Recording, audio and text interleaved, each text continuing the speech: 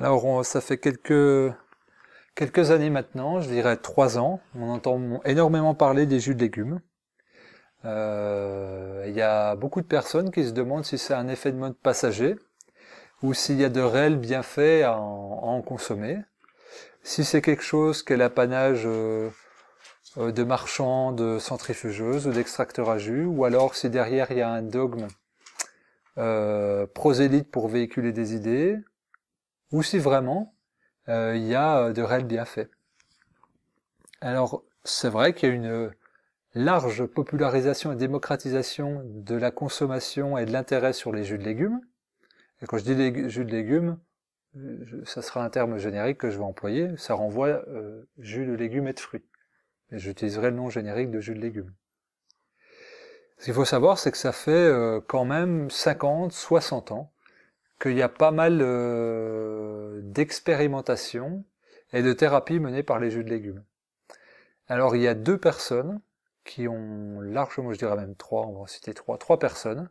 Alors on critique souvent les Américains pour leur malbouffe. Reste qu'avec le bassin de population qu'ils ont, c'est un vivier extrêmement fertile tout ce qui concerne la santé naturelle. Les premiers hygiénistes étaient nord-américains, c'était des médecins. Les premiers naturopathes étaient américains. C'était au début du XXe siècle. Et c'est ensuite que c'est venu en France dans les années 60 par Pierre-Valentin Marchessault qui a traduit les écrits hygiénistes. Et donc pour la thérapie pour les jus de légumes, c'était la même chose. Un des pionniers, c'est Norman Walker, voilà, qui était naturopathe et qui a énormément contribué à populariser les jus de légumes à son époque. Il y a une autre personne qui a 80 ans maintenant, qui est encore actif plus au niveau marketing à l'américaine, quoi. C'est-à-dire, on le voit, 80 ans, souriant avec ses jus de légumes. Reste qu'il a été sauvé par les jus de légumes dans les années 60, je crois, d'une pathologie qui s'avérait mortelle. Donc Jay Cordish, qui a... Autant Walker, c'était sur la branche vraiment très médicale, recherche, investigation, et Cordish, après, ça a été popularisation, donc ils ont eu un travail très complémentaire. Et puis enfin, il y a un Allemand qui s'appelle Rudolf Breuss, qui est très connu parce que c'est lui qui a théorisé la cure de Breuss, qu'il a appelée cure anti-cancer. C'est vrai qu'elle a été énormément pratiquée pour guérir le cancer, avec des chiffres avancés qui disent, en pratiquant la cure de Breuss, 42 jours, il y a 80% de réussite de guérison sur le cancer, ou de rémission. En tout cas, il n'y a plus de... On aura l'occasion d'en reparler. En tout cas, voilà, c'est 3 grands noms qui ont permis aux jus de légumes d'être popularisés entre les années, je dirais, entre les années 60 et 2000. Et puis, il y a eu un avènement de la distribution de machines et une popularisation du régime cru, de l'alimentation crue, notamment par l'Institut Hippocrate, qui se trouve en Floride. Alors à la base, cette alimentation-là, c'est Anne Wigmore qui en était à l'origine. Anne Wigmore, c'est la première qui a, on va dire, pratiqué les cures de jus d'herbe, qu'elle appelait cure de revitalisation et de détoxination. Ça c'était dans les années 70. Puis quand elle quand elle est décédée, le relais a été pris par l'Institut Hippocrate, aujourd'hui tenu par Brian Clement, le docteur Brian Clement. Et c'est une clinique, l'Institut Hippocrate, c'est une clinique qui soigne aussi des pathologies lourdes comme le cancer, mais toute autre forme de pathologie dégénérative, chronique, maladies auto-immunes, etc. Où l'essentiel de l'alimentation, alors elle est 100% crue, énormément basée sur les légumes, énormément basée sur les jus, les noix, par contre exempte de tout fruit. Et donc c'est un centre on peut le dire, il s'appelle pas comme ça pour des raisons légales, mais c'est un centre de guérison, où les jus de légumes occupent une place importante, et je dirais même plus que les jus de légumes, les jus d'herbe. L'herbe de blé, l'herbe d'orge, l'herbe d'avoine, voilà, donc les jus de pousses aussi, les pousses de tournesol, etc., etc., etc. Donc ça, ce sont des acteurs historiques qui ont un rayonnement international. Le Centre Hippocrate aujourd'hui accueille des gens venant du monde entier se faire soigner là-bas. Et du coup, les gens repartent fort de leur expérience, avec ces informations, elles les dispersent. Et puis il y a eu plusieurs personnes qui ont traduit ces écrits-là ou importé ces écrits-là. Il y a un pionnier en France qui s'appelle Éric Viard, qui a fondé le site BioVie et qui a été un des premiers à commercialiser des extracteurs de jus et tout un tas des déshydrateurs, des germoirs automatiques. Et il est très proche de l'Institut Hippocrate. C'est lui qui faisait venir Brian Clement, notamment, etc. Donc ça fait partie des pionniers. L'alimentation crue, enfin moi je m'y suis intéressé fin des années 2000, c'était très peu en vogue. L'alimentation végétale aussi, donc ça a connu un essor, mais absolument spectaculaire. Au début où je parlais d'alimentation végétale, c'était vraiment anecdotique et pas dans l'air du temps. La même chose quand on parlait du sans gluten. Or aujourd'hui, eh ben c'est très facile d'en parler. C'est rentré dans les mœurs à tel point que les jus de légumes, on en entend parler partout, même dans les magazines féminins, voilà, faire une cure détox, faire une cure de jus. Les stars aussi ont repris ça. Enfin voilà, c'est dans l'air du temps. Alors avec tout ce que ça comporte de très bon et tout ce que ça comporte de mauvais, voire de dangereux, c'est toujours pareil. C'est une chose n'est pas bonne par essence. C'est quelle est la dose et pour qui. Donc on peut vite tomber dans des écueils qui soient ou dogmatiques, arbitraires, ou irrespectueux de la physiologie du corps. Donc il faut faire vraiment attention à cela, c'est la première chose. Les gens ont trop tendance à croire que parce que c'est naturel, c'est bon pour la santé. Alors moi quand on me répond ça, parce que je mets toujours des limites et des précautions, je dis si c'est naturel c'est bon, ah oui, c'est la nature qui l'offre. Mange un amanite phalloïde, il n'y a pas de souci. Surdose ta consommation de persil. Voilà, pour fluidifier ton sang à l'extrême. Ou mange-toi 10 gousses d'ail. C'est naturel, on peut y aller. Ou il y a certaines plantes qu'on dit médicinales. La seule différence qui les rend bénéfiques, c'est le dosage de leur principe actif. Mais si on surdose, c'est plus une plante médicinale, c'est un poison. Donc la seule différence entre un médicament, même qu'il soit chimique ou naturel, la seule différence entre un médicament et un poison, c'est la dose. Et bien pour les jus de légumes, c'est pareil. C'est la même chose. Donc on va voir comment c'est possible. Quel serait l'intérêt bizarroïde de dénaturer un aliment? C'est vrai, si la nature l'offre de manière complète, pourquoi on viendrait le passer dans une machine, généralement électrique, il y a des extracteurs manuels, mais pourquoi on viendrait dénaturer l'aliment, mettre d'un côté les fibres et de l'autre le jus nutritif? Alors avant de se poser cette question-là, il faut se poser la question de la densité nutritionnelle des aliments entre notre époque et il y a une 50aine d'années, par exemple. J'ai fait une causerie qui est en ligne, qui dure 3/4 d'heure, sur les légumes anciens. L'alimentation qu'on a aujourd'hui, elle est source d'hybridation, de sélection, pas pour la qualité nutritionnelle des aliments, ni pour leurs calories, mais pour l'esthétique et le goût. Donc ça s'est fait au détriment de centaines et de centaines et de centaines d'espèces végétales qui n'existent plus. Quand vous allez en magasin, dans le meilleur des cas, vous avez 60 aliments frais disponibles. Mais dans le meilleur des cas. Or, dans la nature, vous en avez peut-être, normalement en France, il y en a peut-être on estime, c'est un nombre large, ça peut être entre 3 et 4 000. Des espèces, des variétés de salades, on en recense plus de 300.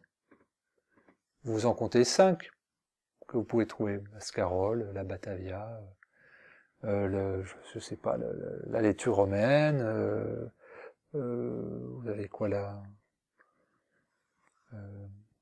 celle qui est un peu piquante, enfin bref, vous en avez vous en avez très peu. La roquette, par exemple. Voilà, vous en avez très peu. Et ça, c'est valable pour toutes les variétés. Donc, on se coupe d'un éventail énorme d'avantages nutritionnels. Ça, c'est la première raison. Et la deuxième raison, c'est l'appauvrissement des sols en termes de nutriments. Alors ça, c'est dû à deux choses. L'exploitation intensive de la terre, sans prendre soin de la faire se renouveler, sans lui faire qu'une cure de jeûne, pour qu'elle se revitalise par elle-même. Et surtout, l'usage hyper intensif de pesticides, d'engrais, de fongicides, d'insecticides de toutes sortes, bref, de produits chimiques qui détruisent le sol. Donc comment faire pousser un aliment qu'on voudrait vivant sur un sol qui est quasiment mort? Si on a un sol carencé, la plante qui va pousser dessus, le végétal qui va pousser dessus, ne pourra être constitué que des nutriments de départ présents dans la terre. Donc s'il y a peu, la plante va être constituée de peu. Et l'humain qui va manger cette plante va donc être constitué de peu. Alors il y a quelques chiffres comme ça qui sont de bon usage à mentionner. On dit que pour avoir l'apport nutritionnel d'une pêche des années 50, il faut en consommer 20 aujourd'hui. Bon, voilà. Pour la provitamine A, on sait que c'est même plus de 30. Enfin voilà. En gros, il faudrait manger entre 15 et 20 fois plus de végétaux aujourd'hui pour avoir les bienfaits nutritionnels d'il y a une cinquantaine d'années. Sachant que l'alimentation biologique est encore minoritaire en France, c'est 10%, et que elle explose tout en termes de nutriments par rapport à l'alimentation traditionnelle, c'est-à-dire par exemple le fer, vous en avez 70% en plus dans le bio que dans le traditionnel, le magnésium, le potassium, le calcium, le manganèse, etc. c'est au-dessus en tout, et les nitrates en moins. Vu que les gens mangent donc encore beaucoup à 90% traditionnel, c'est-à-dire qu'ils mangent déjà de gros volumes pour peu. Donc ce gros volume à manger, il va mobiliser beaucoup de ressources énergétiques, il va faire du coup de la congestion et des déchets métaboliques, et on n'aura toujours pas notre volume de nutriments. Donc le jus de légumes va nous permettre de consommer beaucoup de nutriments en éludant les fibres. C'est-à-dire que si je fais un verre de jus de carotte, très facile à boire, il me faut peut-être une douzaine de carottes pour le faire. Est-ce que je suis capable de manger 12 carottes comme ça? Non. Est-ce que je suis capable de boire un verre de jus de carotte? Oui. Mais ce constat, ça doit nous faire prendre conscience de deux choses. Qu'un verre de jus de carotte, c'est facile à boire, certes, mais c'est quand même 12 carottes. Donc combien de temps je vais le boire? Si la nature offre les carottes et que le jus n'est pas naturel, en combien de temps je vais le boire? Eh bien je vais le boire dans le laps de temps qu'il me faudrait pour manger 12 carottes. Pour ne pas forcer l'assimilation et risquer un problème majeur qui est pour moi absolument éludé par 90 voire 95% des gens qui parlent des jus de légumes, parce que c'est pas arrangeant, on risque une alcalose métabolique. Alors, avant de rentrer dans les détails, je suis obligé de parler de l'équilibre acido-basique du corps humain, qui constitue le socle de la vision naturopathique. Et la différence fondamentale qui existe avec l'approche allopathique, qui soutient qu'il n'y a pas besoin de se soucier de cet équilibre acido-basique, puisqu'il existe de fait. Et c'est vrai.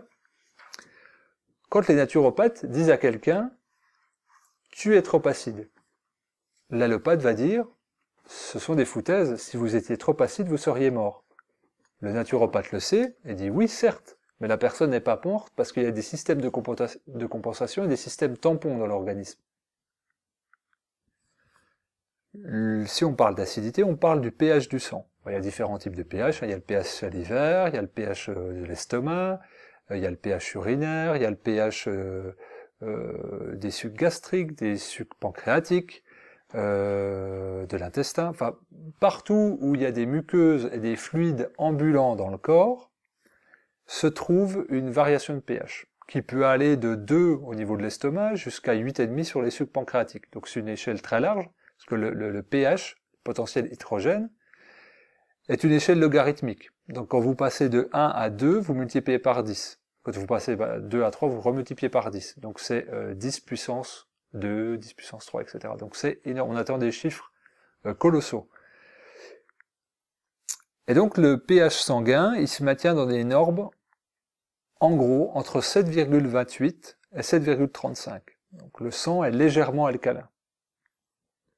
C'est-à-dire le liquide qui nous irrigue, qui nourrit les cellules.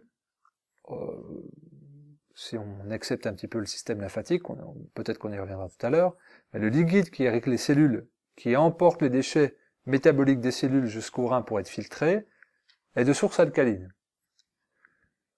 Puisque une échelle du pH, c'est de 0 à 14, 7 étant le neutre. 0 à 7, c'est acide, 7 à 14, c'est alcalin. Donc, on devrait tendre sur une alimentation majoritairement alcaline. Quels sont les aliments alcalins? Les fruits, les légumes, les algues, les graines germées. Point. Quels sont les aliments acidifiants? J'ai pas dit acide, j'ai bien dit acidifiant. Tout le reste. Que mangent la plupart des individus dans leur volume? Tout le reste. Donc, ils ont une alimentation majoritairement acidifiante. C'est-à-dire que le fruit de la digestion de leurs aliments laisse un résidu acide dans les cellules. Ces cellules vont travailler énormément, produire des déchets, qu'elles vont relâcher de manière plus ou moins efficace dans la lymphe. Donc le liquide interstitiel, enfin, on va parler de liquide interstitiel au départ, qui englue, c'est quelque chose de visqueux, un peu gras, un peu jaunâtre, ça englue les cellules. Et s'il n'y a pas assez de capacité au niveau du transport de la lymphe jusqu'au sang pour être évacué par les reins, il y a congestion du système lymphatique, qui va empêcher l'élimination, donc on va s'intoxiquer, et surtout qui va empêcher la pénétration des nutriments à l'intérieur même de la cellule. C'est pour ça que vous avez des gens qui se trouvent carencés, alors qu'ils mangent beaucoup. Simplement parce que la cellule est en apoxie, c'est-à-dire qu'elle étouffe, elle est engluée de déchets. Ça fait comme une barrière autour, et les nutriments ne peuvent pas rentrer. Et là, on en vient évidemment au jeûne, question qui revient très fréquemment. Jeûner, c'est provoquer des carences.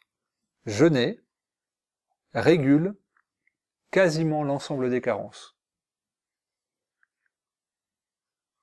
C'est un fait avéré par toutes les études où on a procédé dessus. Quelqu'un qui est carencé en fer, de longue durée, hein.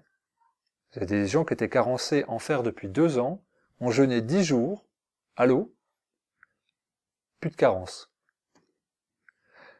Là, on voit la capacité énorme du système d'adaptation humain et des systèmes tampons de manière générale. Alors, je ne vais pas développer, surtout que je vais faire une conférence la semaine prochaine sur les carences pendant le jeûne, qui va durer assez longtemps, donc vous aurez l'occasion de l'écouter, voilà, où je vais pas le développer parce que l'on est plus sur les jus de légumes, mais il faut comprendre déjà le système d'adaptation et le système tampon du corps humain. Ça c'en est un exemple. L'autre exemple, celui qui nous intéresse, c'est le système tampon pour maintenir le pH sanguin entre 7,28 et 7,35, alors qu'on lui amène des aliments trop acides qui vont être acidifiants pour la cellule. Qu'est-ce qui rend un aliment plus ou moins alcalin? Donc ceux qui devraient être bons pour nous. Leur teneur en minéraux alcalins. Il y a 80 minéraux dans le corps humain. Et c'est le tableau de Mendeleïev. Et d'un côté, vous avez les minéraux acides, et de l'autre, vous avez les minéraux alcalins. Les 4 qui nous intéressent, les minéraux alcalins, ce sont potassium, sodium, calcium, magnésium. D'ailleurs, ce sont souvent ceux qui sont recherchés dans les analyses médicales, parce que ce sont eux les piliers. Et ce sont souvent ceux-là qui sont investigués pour les troubles rénaux, Or, on a vu que le sang était filtré par les reins.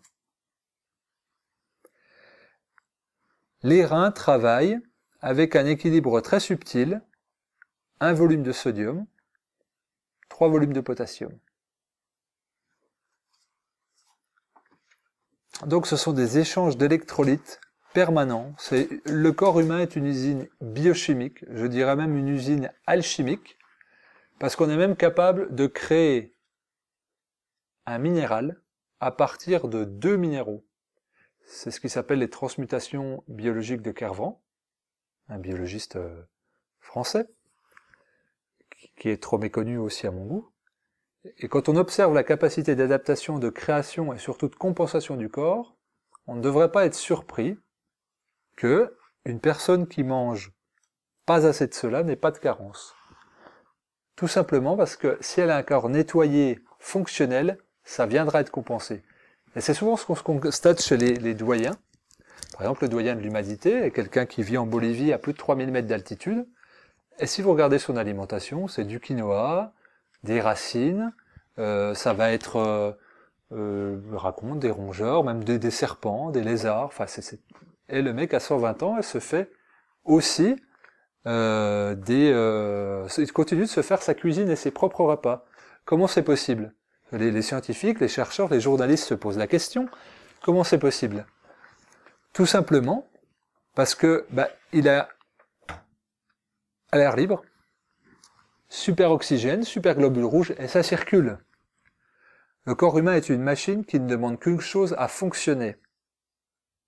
Mais pour ça, il faut lui donner la capacité et l'opportunité de fonctionner. Si on n'amène pas d'aliments alcalins aux cellules, le système de compensation va être compliqué. Comment ça va se passer? Puisque si on dit la plupart des gens mangent acidifiant, comment il est donc possible qu'ils tiennent debout? Parce qu'il faut des minéraux alcalins qui sont donc présents dans les fruits et les légumes. Comment ils peuvent tenir debout? Et c'est la question que les médecins posent aux naturopathes. Et les naturopathes répondent, où est-ce qu'on trouve du calcium? Où est-ce qu'on trouve du potassium et du magnésium? Dans la structure osseuse et dans les dents. Quelle pathologie est en explosion? L'ostéoporose. L'ostéoporose est l'exemple même de l'incompréhension de la diététique, de la nutrition classique et de la biologie dogmatique, et qui fonctionne avec des œillères. On recommande aux personnes de consommer des produits laitiers pour leur calcium. Bon, c'est vrai que c'est important le calcium. Sauf que le calcium des produits laitiers est assimilable au mieux à 30%. Donc ça veut dire 70% de déchets, donc d'éléments acides. Or, un élément acide requiert des éléments alcalins pour équilibrer le sang. Où est-ce qu'on va les chercher? Dans le peu de calcium qui aura été assimilable. Mais c'est pas assez. Donc où est-ce qu'on va compenser? Dans les os. C'est pour ça qu'on constate, toutes les études montrent que les gens, là où il y a le plus d'ostéoporose, c'est là où il y a le plus de consommation de produits laitiers. Vous allez par exemple au Japon où il n'y a pas de consommation de produits laitiers, pas d'ostéoporose. Alors les médecins appellent ça le paradoxe calcium. Il n'y a pas de paradoxe. Sauf qu'on étudie des aliments pour des propriétés hors du corps humain, on fait des ponctions, mais on ne cherche pas à comprendre ce qui se passe à l'intérieur de la cellule. Or, le travail développé en naturopathie orthodoxe ou en hygiénisme, c'est justement de comprendre une chose, la cellule. Comment fonctionne une cellule? Et la cellule consomme sur une base alcaline. Donc l'alimentation d'un humain devrait être 3/4 alcaline minimum et 1/4 acide. Et donc c'est là où je vais revenir sur le cas de l'alcalose métabolique qui peut être dangereuse par les jus de légumes. Alors les jus de légumes, on va déjà faire les bienfaits des jus de légumes, on va pas montrer leurs désavantages ou leurs écueils. Le jus de légumes va justement permettre de concentrer les éléments alcalins qui sont indispensables dans une vie qui est source d'éléments acides. Là, je parle d'alimentation. Mais qu'est-ce qui est acidifiant dans notre mode de vie? Le stress, facteur numéro 1 d'acidification. Qui n'a pas eu des erreurs d'estomac après un coup de stress? Qui n'a pas eu des maux de ventre, donc plutôt au niveau des intestins après un coup de stress? ça impacte physiologiquement. L'eczéma, les somatiques du stress, c'est une source, mais vous pouvez dire, quand on parle d'acidose ou d'excès d'acidité dans le corps, vous pouvez mettre quasiment toutes les maladies dedans. Pour info, les cellules cancéreuses se développent sur un terrain acide. Voilà. Donc, la pollution, tout ce qui est chimique est acidifiant, les ondes électromagnétiques sont acidifiantes, le manque de sommeil est source d'acidification par déficit de détoxination, puisque c'est la nuit qu'on détoxifie, donc si on ne dort pas assez, on augmente la capacité à s'encrasser.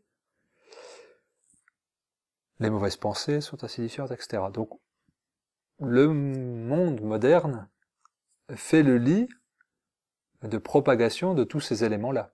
Donc, derrière, pour moi, il n'est pas incohérent d'arriver avec des choses qui sont, entre guillemets, un peu antinaturelles, comme un jus de légumes.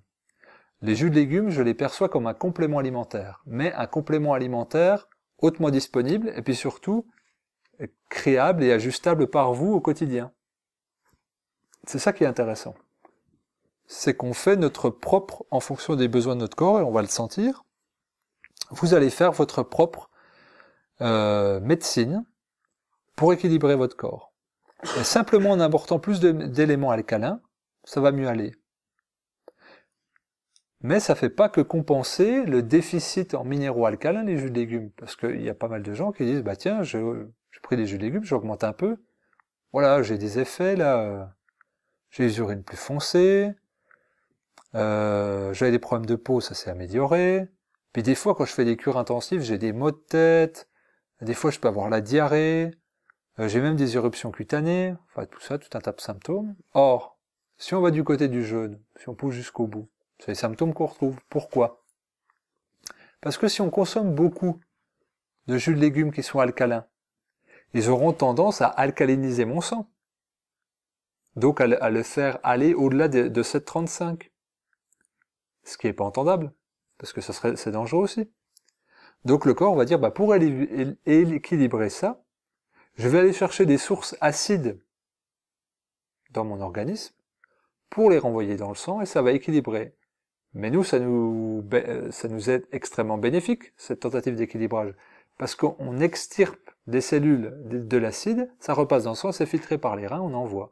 Et si jamais les reins sont pas suffisamment efficaces par rapport au volume, il y a un organe relais qui s'appelle la peau, et donc il va expulser les acides. Donc on va avoir une transpiration plus grande, plus odorante, voire même, du coup, on va ressortir avec des éruptions cutanées. Tout ça, ce sont des symptômes de détoxination qui sont évidemment positifs, et c'est pas un méfait des jus de légumes, c'est une conséquence des bienfaits des jus de légumes. Or, on est quand même dans un monde où on interprète le symptôme sans en chercher la cause.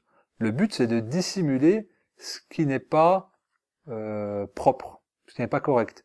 Et en plus, il faut paraître efficace tout le temps. Or, détoxifié, l'énergie va plus être vers l'extérieur, va être vers l'intérieur, pour le travail métabolique. Donc on aura un ressentiment de fatigue, parfois, de lourdeur, des maux de tête, et ben tout ça, c'est parce qu'on extirpe des déchets acides et qu'on les repasse dans le sang. Donc quelque part, temporairement, on s'auto-empoisonne le temps que le sang fasse un circuit complet pour être évacué par les reins. Donc les jus de légumes sont non seulement nourrissants, nutritifs, mais aussi détoxifiants. Ça a une fonction double. Ça va remplacer au niveau cellulaire les déchets acides par des... On sent que ça respire mieux à l'intérieur. Ce que disent souvent les gens, ça vit.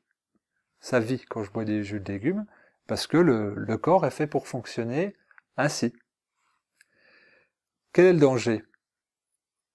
Alors j'ai parlé, il y a quelques minutes, d'une possible alcalose métabolique. Ça, c'est un terme que vous trouverez quasiment jamais quand vous entendrez parler des jus de légumes. Parce qu'encore une fois, ceux qui vantent les bienfaits des jus de légumes ne prennent pas la mesure de l'excès. Je limite à 1 demi-litre, 75 centilitres maximum par jour la consommation de jus de légumes, toujours dilué avec autant d'eau, c'est-à-dire à 50%. Pourquoi?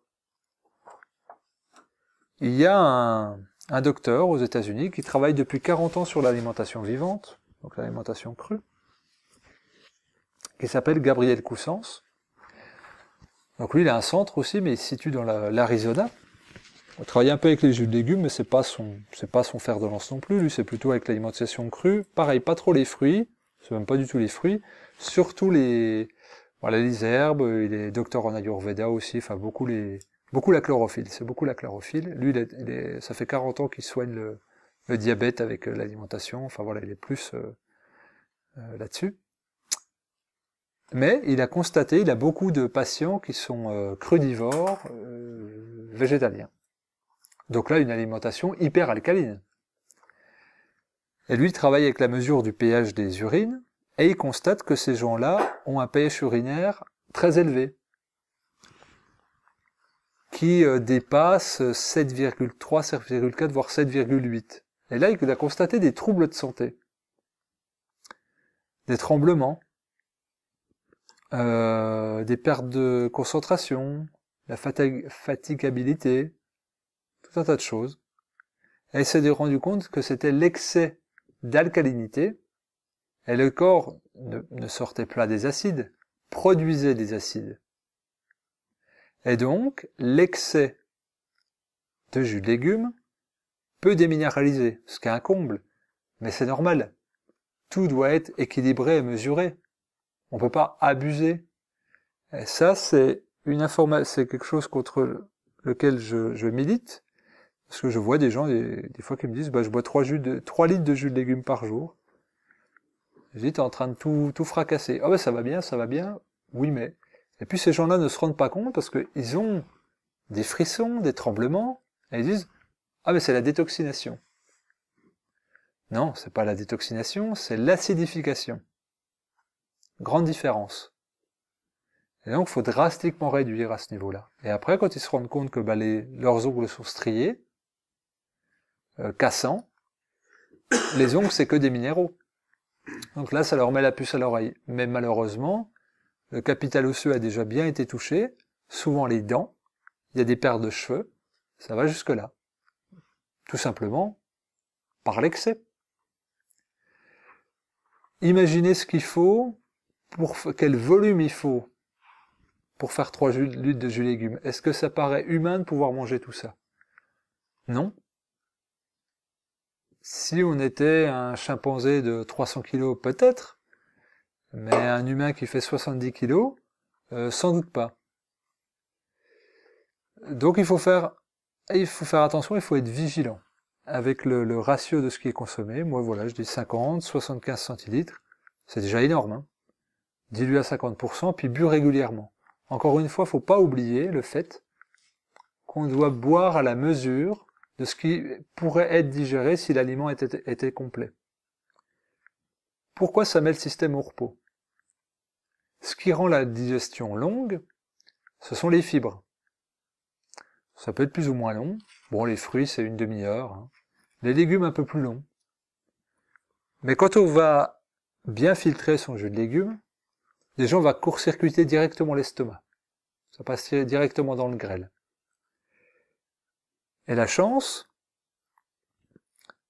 c'est que les intestins n'auront pas de travail à faire pour extraire le jus nutritif des aliments et à propulser les fibres par le péristaltisme pour l'évacuer. Donc ça économise de l'énergie et surtout ça optimise l'assimilation. C'est très difficile d'avoir des chiffres, on estime qu'on assimile 2 fois plus par les jus que par l'aliment lui-même. Mais c'est normal, si on simplifie. Et donc ça amène aux gens qui ont les intestins irrités, pour qui les fibres des légumes sont très irritantes. Ces gens-là ne consomment pas de crudité. Et généralement, on leur a conseillé de prendre des féculents, du riz, des pâtes, donc d'une alimentation sans résidus, donc c'est-à-dire une alimentation morte, hautement acidifiante et hautement inflammatoire. Ce qui va augmenter les symptômes de leur maladie, mais vu que c'est une maladie qu'on dit incurable, c'est pas grave. Ça passe. Donc les légumes, pour ces gens-là, vont être bénéfiques pour 2 choses. Ça va leur permettre, 1, de consommer des crudités, Puisqu'il y a des gens qui disent, bah moi les crudités ça passe pas. Mais tu fais un jus cru à ces gens-là, ils le boivent et ça passe. Donc c'est pas les crudités qui passent pas, ce sont les fibres. Et la deuxième chose, c'est si on dit que ce sont des éléments alcalins, vu que leur muqueuse intestinale est énormément inflammée, alors la muqueuse intestinale, c'est la paroi des intestins, le problème c'est qu'elle n'est pas innervée correctement. Donc en fait, quand il y a quelque chose qui ne va pas dedans, on ne le sent pas. Moi, l'image que je donne souvent, c'est celle du coup de soleil.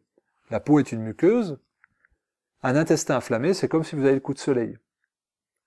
Votre fibre étant votre ongle, passez votre ongle sur un coup de soleil, vous allez voir ce que ça fait. Par contre, vous passez votre doigt, c'est autre chose.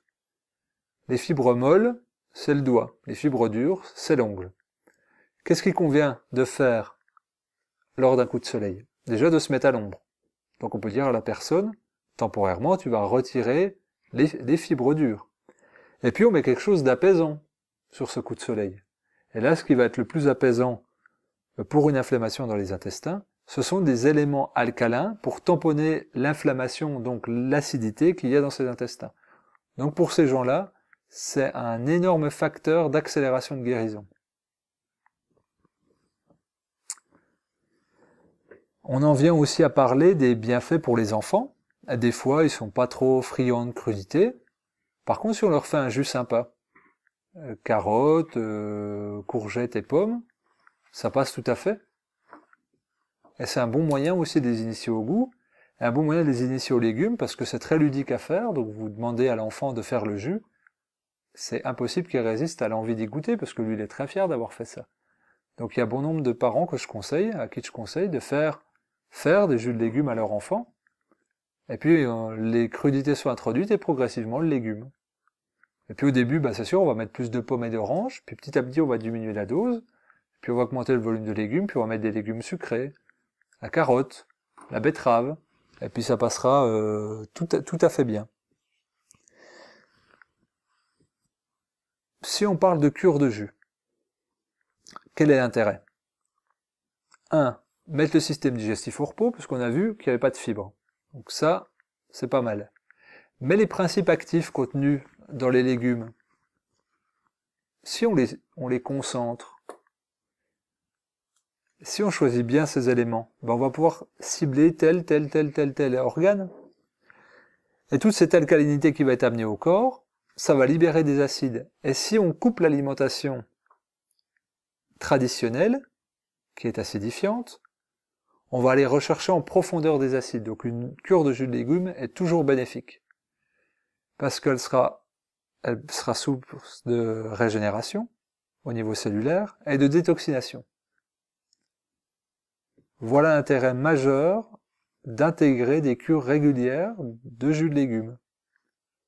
C'est qu'on va nettoyer les cellules et les renourrir proprement. Et on va couper la digestion. La digestion, en termes d'énergie, ça occupe entre 30 et 50% de notre volume global énergétique. Ces 30 à 50% d'énergie-là, ils vont pas s'évaporer, ils vont être mis à disposition pour le corps, pour des tâches qu'il a à accomplir, notamment la détoxination. Donc souvent les gens qui font des cures de jus disent « je suis un peu fatigué ». C'est pas de la fatigue, c'est ce qu'on appelle une inversion énergétique. C'est-à-dire que plutôt que l'énergie soit vers la digestion ou vers l'extérieur, vers des processus conscients, c'est-à-dire le libre arbitre, aller marcher, travailler, réfléchir, etc. Si on arrive à se mettre au repos, un peu en retrait des tâches quotidiennes, cette énergie-là va aller à l'intérieur, vers des processus subconscients, vers des processus cataboliques. On va évacuer des cellules malades ou mortes, on va régénérer le système immunitaire, on va extirper des déchets acides vers la lymphe pour que ça aille être nettoyé par les reins, on va activer le mouvement de la lymphe, on va réparer des tissus endommagés, on va accélérer des processus de guérison en cours. Les jus de légumes ne guérissent rien, c'est les principes actifs qu'ils amènent qui vont être utilisés par l'organisme pour s'auto-guérir. C'est le corps qui se guérit et qui utilise les principes actifs de telle plante, tel légume ou tel fruit pour aller travailler. Ça, c'est important de le comprendre. Le jeûne non plus ne guérit rien. Il permet juste au processus métabolique existant, depuis des millénaires, de s'accomplir correctement. Puisqu'on s'extrait des 50% d'énergie que prenne la digestion. C'est ça qui est important de comprendre. Le corps s'auto-guérit, il y a juste à observer, à être spectateur. Donc moins on va en donner au corps, mieux ça sera. Il y en a simplement, moi les cures de jus, même les jeûnes, les cures de jus, je fais déjà une descente alimentaire, il y a déjà de la détoxination qui s'opère parce que l'alimentation est dite hypotoxique. Simplement en retirant les toxiques de l'alimentation, on a déjà des éliminations. Il y en a certains qui arrivent déjà avec la langue blanche. Par exemple, pour le dernier stage de jeûne, il y a quelqu'un qui me dit j'ai eu une sinusite, j'ai été chez le médecin. Mais non, il y avait évacuation de mucus par les sinus. Donc c'était une détoxination qui était en cours, provoquée par le corps, dû au fait que l'alimentation a été plus alcaline et qu'il y a eu retrait des aliments les plus empoisonnants de l'organisme. Les descentes alimentaires que je recommande, la dernière semaine, c'est ce que j'appelle, alors moi je dis hypotoxique, mais en fait, c'est l'alimentation physiologique de l'humain. Ni plus, ni moins. C'est juste ça. L'alimentation idéale, c'est à 75% fruits, légumes, algues, graines germées, oléagineux. Voilà. Le plus cru possible. Et le reste, les 25%, un peu de céréales germées, un peu de légumineuses germées, et puis les produits animaux, si les personnes aiment ça, ça roule. Donc ça peut être très large. Mais ça doit toujours être sur une base végétale le plus crue possible et alcalinisante. Si on n'a pas le loisir d'avoir cet équilibre alimentaire, le jus de légumes en tant que complément alimentaire est un excellent appui. Pour une cure de régénération organique ou alors de reminéralisation, il n'y a pas au-dessus. Norman Walker parle notamment du jus de carotte pour les gens qui sont déminéralisés, pour renourrir la structure osseuse et dentaire, enfin renouveler le capital minéral tout simplement. Donc ça peut venir en appui aussi. J'ai parlé des enfants, on pourrait parler aussi des personnes âgées. Ça passe très bien un jus. Eh ben, les jus pour les personnes âgées, ça serait extrêmement bénéfique. Il n'y a pas plus bled que le jus de carotte, ça coûte pas très cher. Je recommande même pas forcément un extracteur à jus à 1000 € comme on peut voir. Moi, à toute personne à qui je conseille les jus de légumes, je dis, tu vas sur le Bon Coin, bon, c'est une marque, désolé, hein, ou sur un vide-grenier, tu achètes une centrifugeuse qui se nettoie facilement. Tu vois si ça te plaît.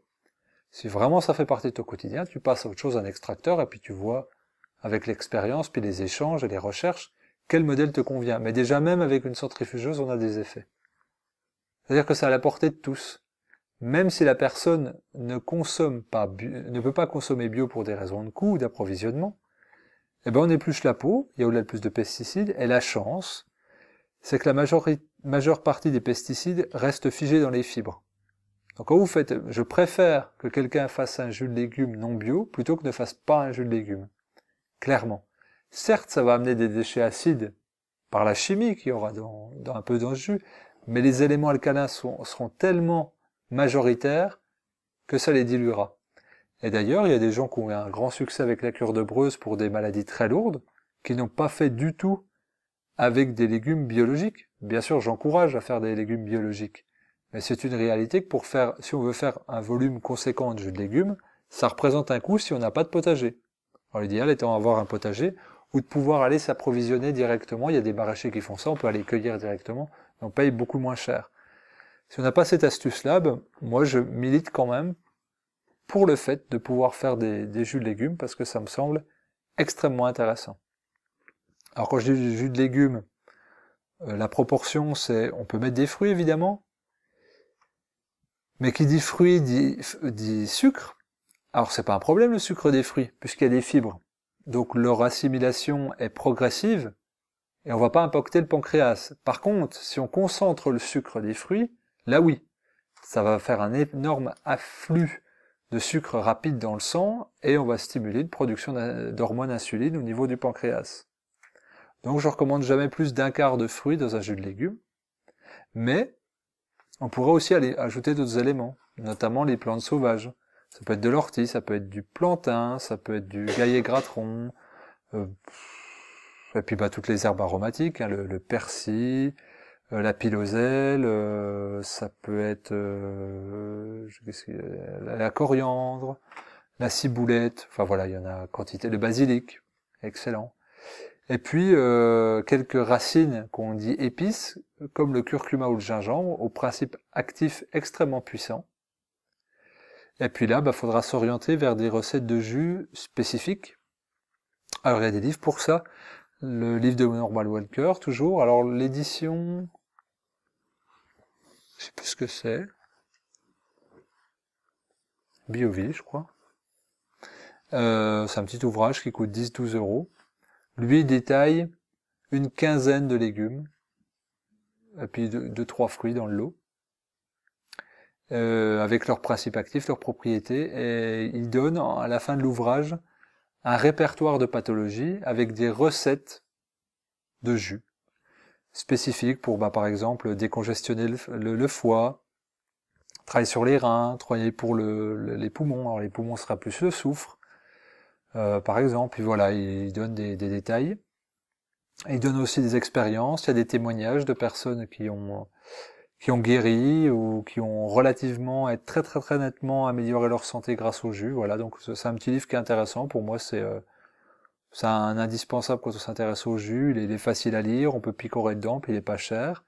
Et puis maintenant, il y a de plus en plus, vu que c'est en vogue, entre guillemets, avec ses bons et ses mauvais côtés, dans le bon côté, il y a des gens qui ont édité des livres un peu plus fournis, avec des bonnes recettes, et puis des fois des choses comme ça. Alors, des fois, c'est écrit par des gens un peu opportunistes, qui n'ont pas des connaissances énormes, et puis qui sautent sur l'occasion pour pouvoir un peu se faire d'argent. Donc il faut savoir séparer un petit peu le bon grain de l'ivraie, puis voilà, faire rechercher. L'avantage du net, c'est qu'il y a souvent des commentaires, donc se fier là-dessus, le feuilleter un petit peu en librairie avant de l'acheter, en librairie évidemment, de regarder, puis de se dire ouais, ça tient la route, ça tient pas ça tient, enfin voilà, c'est pas terrible.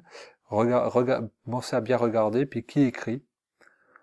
Voilà, faut que ce soit quand même quelqu'un qui a une expérience des jus, puis qui n'ait pas juste compilé une recette pour le goût, mais quand même pour faut pas oublier que ce sont des principes actifs qu'on va utiliser. Donc les jus de légumes ne sont pas anecdotiques.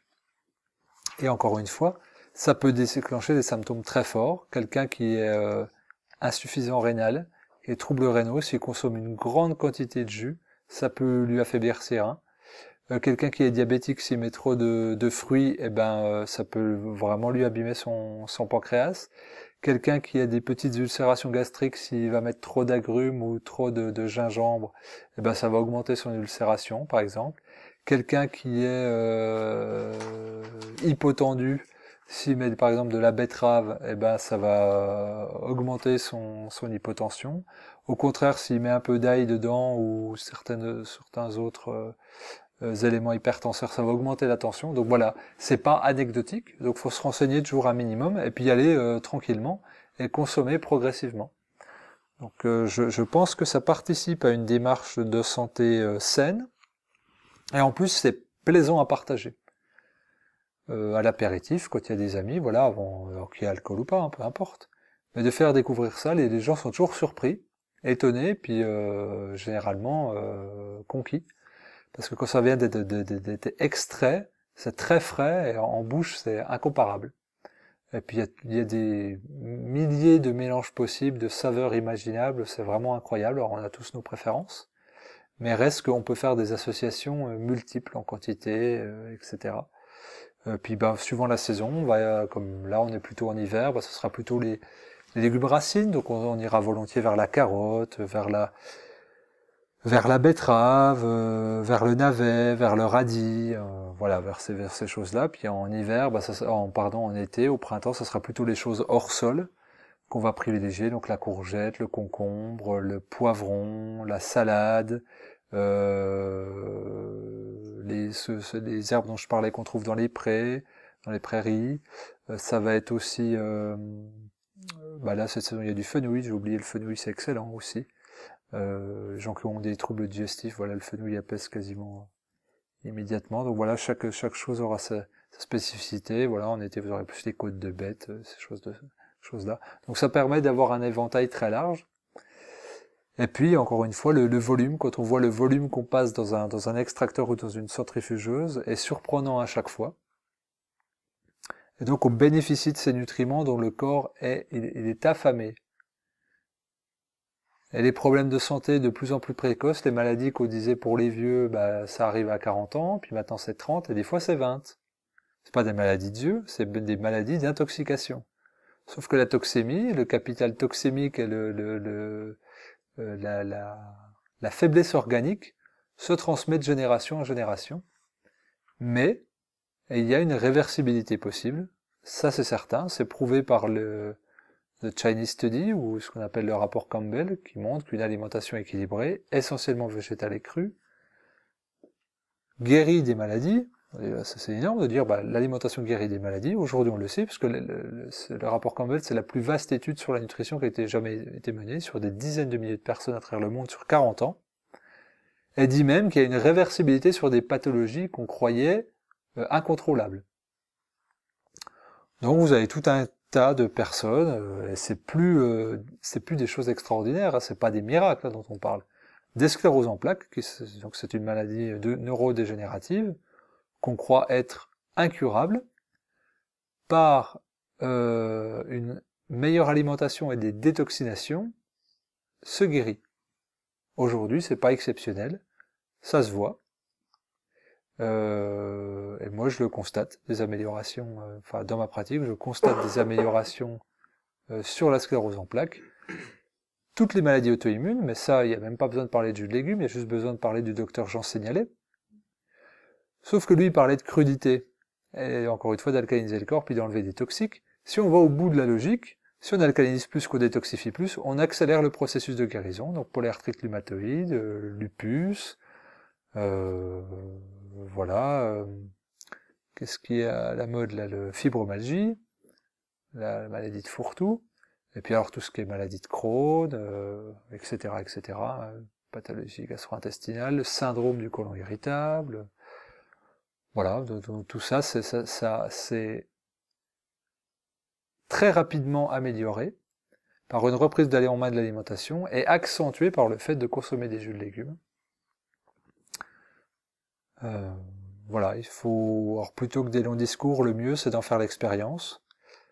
Acheter des jus de légumes dans les magasins, forcément ils auront été pasteurisés, ils auront eu le temps de s'oxyder à la chaleur, à la lumière. Puis il y a une diminution de la vitamine C, donc ça accélère encore le processus. Le choix le moins pire, c'est les jus lactofermentés, ça c'est clair. Mais ça reste incomparable par rapport à un jus frais. Et moi je dis aux gens, faites-vous prêter une centrifugeuse un temps, essayez 10 jours, ou investissez 30 € d'occasion, puis si ça vous plaît pas, vous leur vendez 20, vous aurez perdu 10 € dans l'histoire.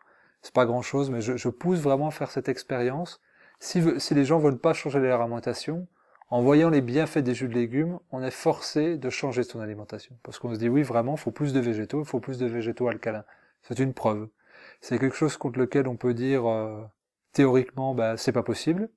Sauf que toute personne qui en font l'expérience rapporte des bienfaits. Donc, à un moment donné, il faudra s'y intéresser en détail. Parce que c'est pas une mode, comme je l'ai dit en préambule, ça fait 50 ans que ça existe. Reste maintenant à bien compiler les données pour savoir pour quelle pathologie, on sera dans une recette symptomatique, donc ça c'est pas mon truc, parce que moi plutôt c'est quelque chose de global, mais de s'intéresser aux principes actifs des végétaux, et puis de comprendre l'équilibre du corps, l'équilibre au niveau des minéraux, l'effroyable dommage que provoque une alimentation acidifiante, qui est majoritaire. Une alimentation qui repose sur les céréales, les produits laitiers est pour moi catastrophique. Et le mot est faible, je dirais empoisonnante. Je dirais irresponsable et au niveau des instances criminelle. Puisque on remplit les hôpitaux avec cette alimentation. Puisque je le vois tous les jours. Il y a des gens qui sortent d'hôpitaux et en changeant l'alimentation, arrivent à ne pas y retourner. Il n'y a pas de miracle derrière, je suis pas plus doué qu'un autre, je me contente d'appliquer des choses qui sont écrites depuis une cinquantaine d'années et qui ont passé l'épreuve de l'expérience. Simplement. Donc, j'invite les gens à expérimenter une alimentation plus végétale, plus crue. Et le meilleur moyen de transiter si on veut pas bousculer ses habitudes, c'est d'y intégrer les jus de légumes.